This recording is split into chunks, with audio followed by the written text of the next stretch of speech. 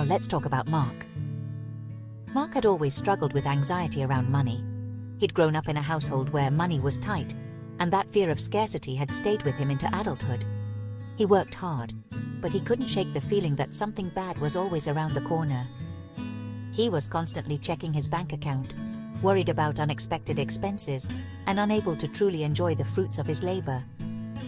Mark knew he needed to change his relationship with money, so he committed to practicing the release technique daily for a month.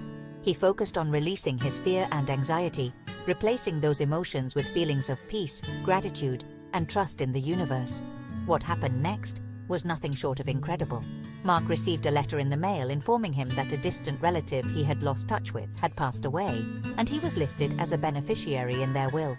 He inherited a significant sum of money, something he never could have imagined.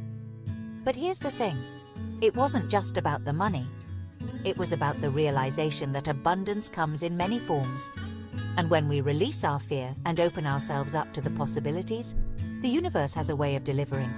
Mark's story is a testament to the power of letting go.